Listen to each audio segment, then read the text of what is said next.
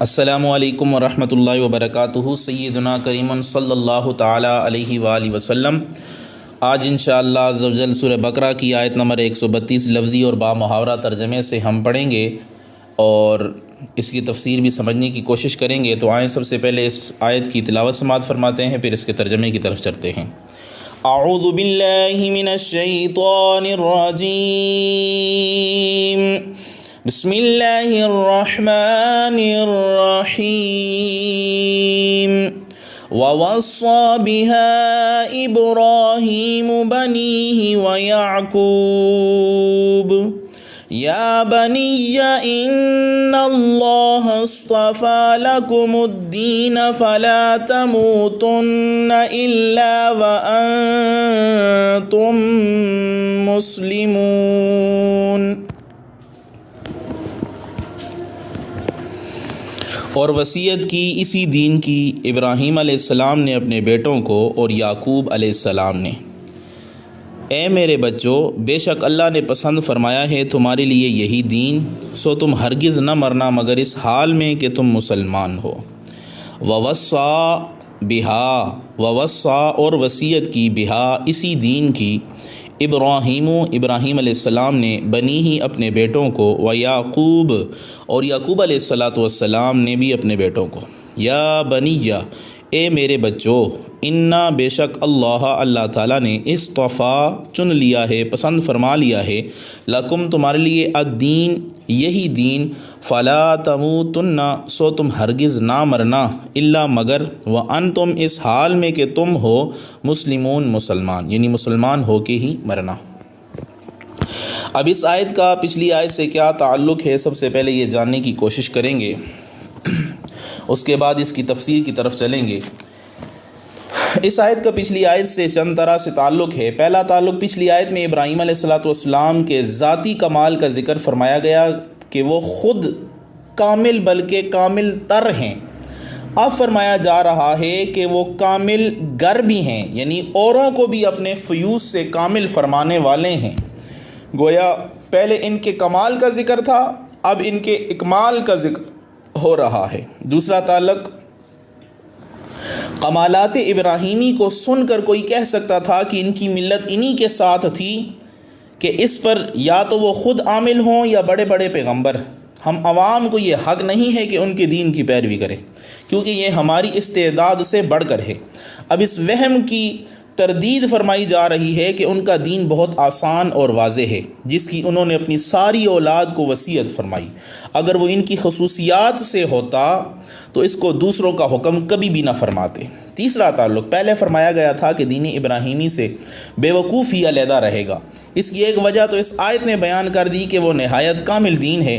دوسری وجہ اب بتائی جا رہی ہے کہ اس پر قائم رہنے کی انہوں نے وصیت بھی کی تھی، اور جو اپنے بزرگوں کی وصیت نہ مانے وہ بڑا بے وقوف بے عقل ہے۔ چوتھا تعلق، پچھلی آیتوں میں اللہ تعالیٰ نے حضرت ابراہیم علیہ السلام کی عملی تبلیغ کا ذکر فرمایا کہ آپ نے دنیا والوں کو اس طرح عبادات کر کے دکھائیں۔ اس آیت میں آپ کی قومی تبلیغ کا ذکر کیا کہ اپنی اولاد کو عبادات کی یوں وصیت فرمائی۔ بزرگوں کے اعمال بھی تبلیغ ہوتے ہیں۔ رب تعالیٰ نے ان کے اعمال و اقوال قرآن کریم میں اس لیے نقل کیے کہ لوگوں کو تبلیغ ہو۔ اب چلتے ہیں اس کی تفسیر کی طرف، لیکن سب سے پہلے حضرت ابراہیم علیہ السلام کے جو بیٹے ہیں ان کے بارے میں مختصر سا جان لیں۔ حضرت سیدنا ابراہیم علیہ نبینا علیہ السلام کے بڑے بیٹے حضرت اسماعیل علیہ السلام تھے، ان کی ماں ہاجرہ قبطیاں تھیں۔ حضرت ابراہیم علیہ السلام ان کی شیر خوارگی میں مکہ ان کو لے آئے تھے۔ یہ اپنے بھائی حضرت اسحاق سے 14 سال بڑے تھے۔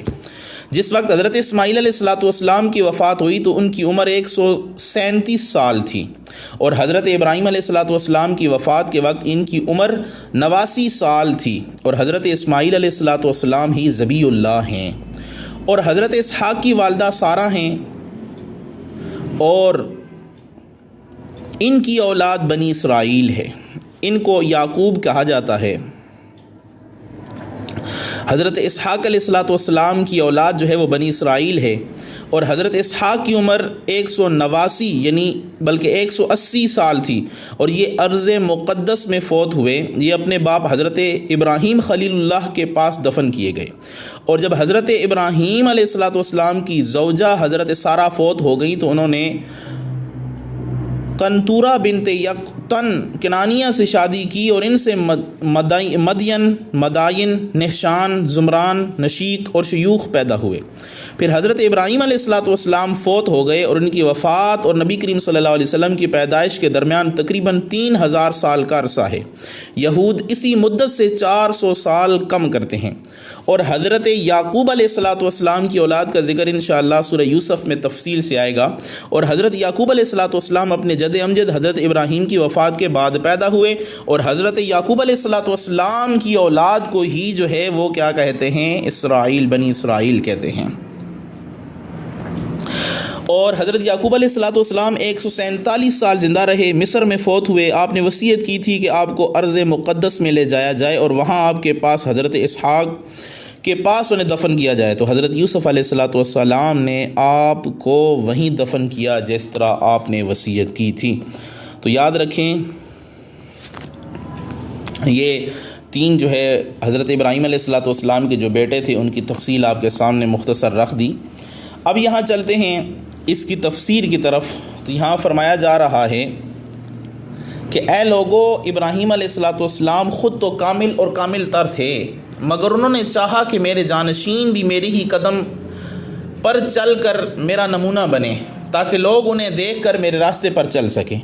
اسی لیے حضرت ابراہیم علیہ الصلوۃ والسلام نے اپنے بیٹوں کو، اور حضرت یعقوب علیہ الصلوۃ والسلام نے اپنے فرزندوں کو تاکید کے ساتھ حکم دیا کہ میرے چھوٹے بچوں، دین لوگوں کے بنائے ہوئے ہیں، مگر اپنے بندوں کے لیے جو رب نے دین بھیجا ہے وہ صرف دین اسلام ہے، لہذا تم ہمیشہ اسی دین پر قائم رہنا اور کوشش کرنا کہ دنیا سے اسی دین پر جاؤ، کسی اور دین پر تم نہ جانا۔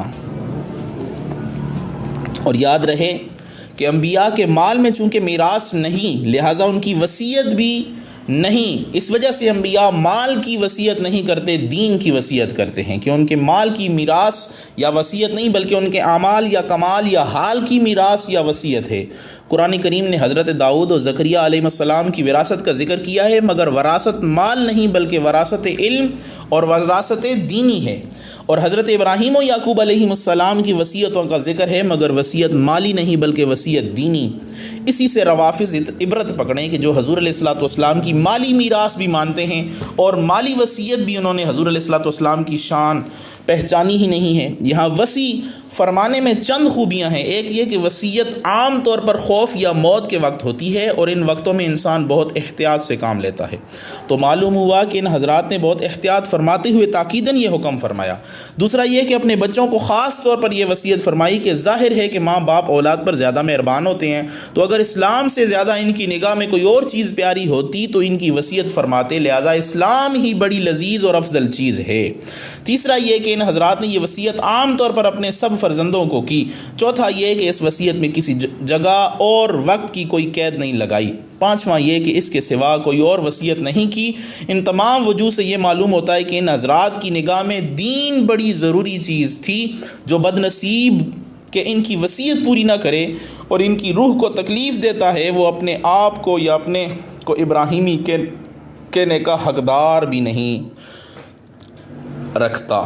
اب یہاں پہ چند چیزیں، پھر جب اللہ تعالیٰ نے حضرت ابراہیم علیہ الصلوۃ والسلام کو اولاد عطا فرمائی تو آپ نے انہیں یہ بھی وصیت فرمائی کہ اللہ کی توحید کا نور دنیا میں پھیلاؤ، شرک اور بت پرستی کے خلاف جہاد کرو۔ آپ کی اولاد نے آگے اپنی اولاد کو یہی وصیت کی، چنانچہ آپ کہ پوتے حضرت یعقوب علیہ الصلوۃ والسلام نے بھی اپنے بیٹوں سے یہی کہا کہ بیٹو، تمہارے لیے اللہ تعالیٰ نے دین اسلام پسند کر لیا ہے۔ یہ دنیا و آخرت کی عظیم نعمت ہے جو اللہ نے تمہیں دی ہے، لہذا تمہیں موت آئے تو اسلام پر ہی موت آئے، یعنی تم نہ مرنا مگر اس حال میں مرنا کہ تم مسلمان ہو، یعنی ایک لمحہ بھر بھی تم دائرہ اسلام سے خارج نہ ہونا۔ حضرت یعقوب علیہ الصلوۃ والسلام کا نام دیگر انبیاء کرام کو چھوڑ کر اس لیے لیا گیا کہ یہود انہی کی نسبت سے خود کو بنی اسرائیل کہتے ہیں، اور اسرائیل ان ان کا دوسرا نام بھی ہے۔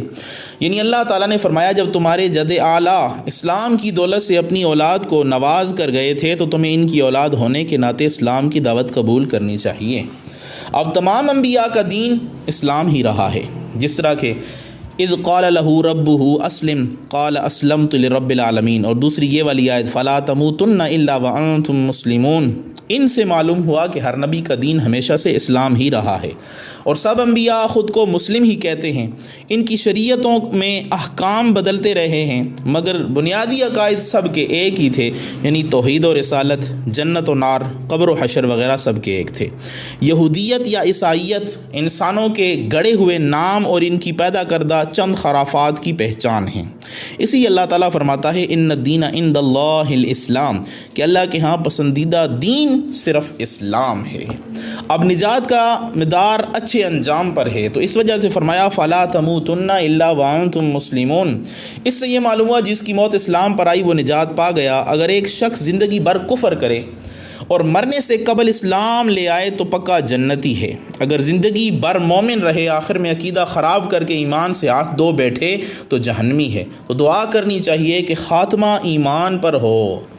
یہاں سے یہ بھی معلوم ہوا کہ مبلغ کو سب سے پہلے اپنے اہل خانہ کو تبلیغ کرنی چاہیے۔ حضرت ابراہیم و یعقوب علیہ السلام اپنی اولاد کو فلا تموتن الا وانتم مسلمون کی وصیت کر رہے ہیں، کیونکہ تبلیغ کا کام گھر سے شروع کرنا چاہیے۔ اور حضور علیہ الصلوۃ والسلام سے بھی فرمایا گیا تھا وانذر عشیرتک الاقربین، آپ اپنے قریبی رشتہ داروں کو ڈر سنائیں۔ اگر ایک شخص سارے جہاں کو واز کہتا پھرے اور اپنے گھر والوں کی خبر ہی نہ لے تو وہ بہت بڑا مجرم ہے۔ اب اس آیہ مبارکہ سے ہمیں کیا فوائد حاصل ہوتے ہیں وہ بھی جان لیتے ہیں۔ اس آیہ مبارکہ سے چند فائدے حاصل ہوا ہے۔ بزرگوں کو چاہیے کہ سب سے پہلے اپنی اولاد کو سنبھالیں، پھر دیگر لوگوں کو، جیسا کہ اس آیت سے معلوم ہوا، اور حضور علیہ الصلوۃ والسلام کو بھی یہی حکم دیا گیا تھا جیسا کہ میں نے ابھی آپ کے سامنے بیان کیا۔ دوسرا فائدہ اپنی اولاد اور اہل قرابت کو آہستگی سے بار بار سمجھانا چاہیے، جیسا کہ وصا کی تشدید سے معلوم ہوتا ہے کہ ان حضرات نے عمدہ طریقے سے ہمیشہ تبلیغ فرمائی۔ تیسرا فائدہ اسلام اور ایمان کا فائدہ جب ہی ہے جب اس پر موت ہو، اسی لیے ان حضرات نے موت تک اسلام پر قائم رہنے کا حکم دیا گیا تاکہ اسلام پر ثابت قدم رہیں۔ چوتھا فائدہ انبیاء کرام کی نگاہ میں اہم چیز دین ہے نہ کہ دنیاوی مال، اس لیے وہ حضرات وصیت بھی دین ہی کی فرماتے ہیں نہ کہ دنیا کی وصیت فرماتے ہیں۔ حضور علیہ الصلوۃ والسلام نے بھی فرمایا کہ ہماری میراث علم ہے، ہم جو کچھ مال چھوڑیں وہ صدقہ ہے۔ اور روافظ کہتے ہیں کہ حضور علیہ الصلوۃ والسلام کو اپنے اخیر وقت میں بھی فدق وغیرہ مال کی فکر تھی، اور آپ اس کی ہی حضرت علی اور حضرت فاطمہ رضی اللہ تعالیٰ عنہما کو وصیت فرمائے گئے۔ اس سے لازم آتا ہے کہ ابراہیم و یعقوب علیہ السلام حضور سے بڑھ جائیں گے فضیلت میں، وہ تو دین کی وصیت کر رہے ہیں، اور آپ صلی اللہ علیہ وسلم جو تمام نبیوں کے سردار ہیں وہ ایک باغ چند کھجوروں کی وصیت کر رہے ہیں۔ یہ کیسے روافظ ہیں، کیسے اعتراض کرتے ہیں۔ پانچواں فائدہ بغیر ایمان پیغمبر زادگی بیکار ہے، بلکہ بڑوں کی اولاد کو زیادہ کامل الایمان ہونا چاہیے تاکہ ان سے ان کے بزرگوں کا نام روشن ہو اور لوگ جو ہے وہ راہ ہدایت پائیں۔ چھٹا فائدہ ماں باپ کو چاہیے کہ کبھی اپنی اولاد سے بے خبر نہ رہیں، ہمیشہ اس کی نصیحت کرتے رہیں اور ان کے اعمال کی کڑی نگرانی کریں۔ دیکھیں حضرت ابراہیم علیہ الصلوۃ والسلام وفات کے وقت بھی اس طیب و طاہر اولاد سے بے فکر نہ ہوئے، بلکہ اپنے بعد کے لیے انہیں وصیت فرما گئے ہیں کہ میں اگر چلا بھی جاؤں تو تب بھی تم نے دین اسلام پر ہی قائم رہنا ہے تاکہ تمہیں موت آئے تو اسی دین پر آئے، اس کے علاوہ کسی اور دین پر تمہیں موت نہ آئے۔